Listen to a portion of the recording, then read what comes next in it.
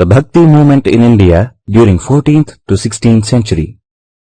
Along with rise and fall of kingdoms, Bhakti movement existed side by side in Indian history. Even though the Bhakti movement was a continuation of an earlier devotional cult, it was influenced by the Sufi movement from the 11th century onwards. Bhakti movement reached its climax in the 16th century. Notable Bhakti movement leaders were Ramananda, Kabir, Guru Nanak, Mirabai, Dadu, Tukaram and Chaitanya. Ramananda lived between 1360 and 1470. Kabir lived between 1440 and 1518. Guru Nanak lived between 1469 and 1539. And Mirabai between 1498 and 1550. Dadu between 1544 and 1603. Tukaram lived between 1608 and 1649. And Chaitanya lived between 1486 and 1533.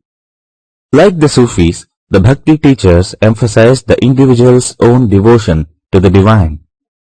The doctrines borrowed by the Bhakti movement from the Sufi were as follows.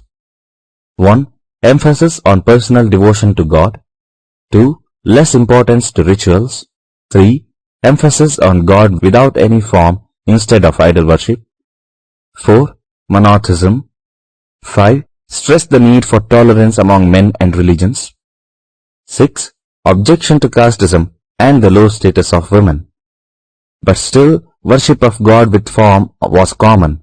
For examples, Vaishnavites who were devoted to Lord Vishnu and his incarnations like Rama and Krishna.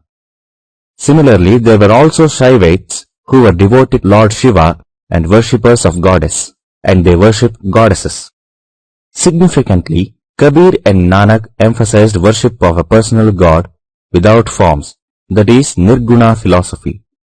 In North India, among the commoners, Kabir and Nanak left indelible impressions and they had a large following.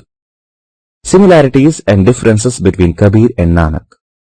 Kabir neither denied the Hindu and Muslim ideas of God, but he always said they were identical.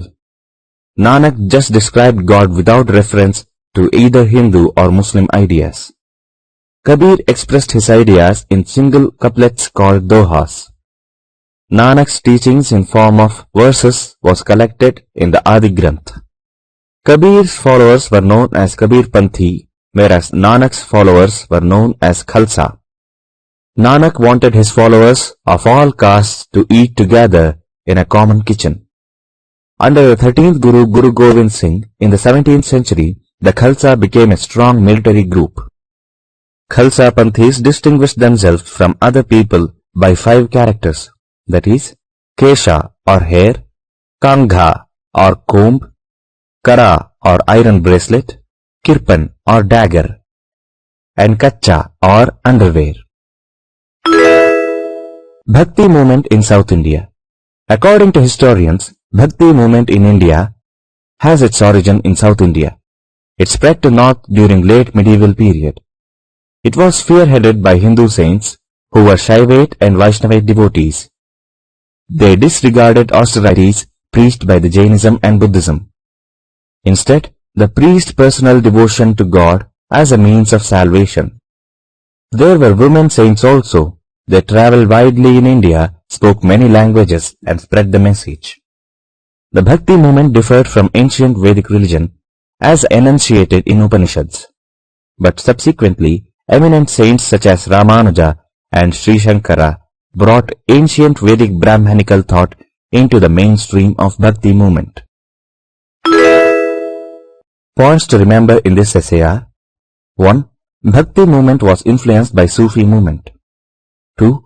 It emphasized on personal devotion instead of rituals. 3. It emphasized religious tolerance and equality of all men and women. 4. Kabir and Nanak had almost the same views on God. 5. By 17th century, Nanak's followers became a strong military group. 6. Historians believe that the Bhakti movement had its own origin in South India. It was led by Shaivites and Vaishnavites. Bhakti or devotion to God was the main theme. 7. It opposed austerity of Jainism and Buddhism.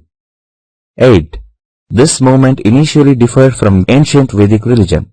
Later, Ramanuja and Sri Shankara brought ancient Vedic thoughts into Bhakti movement.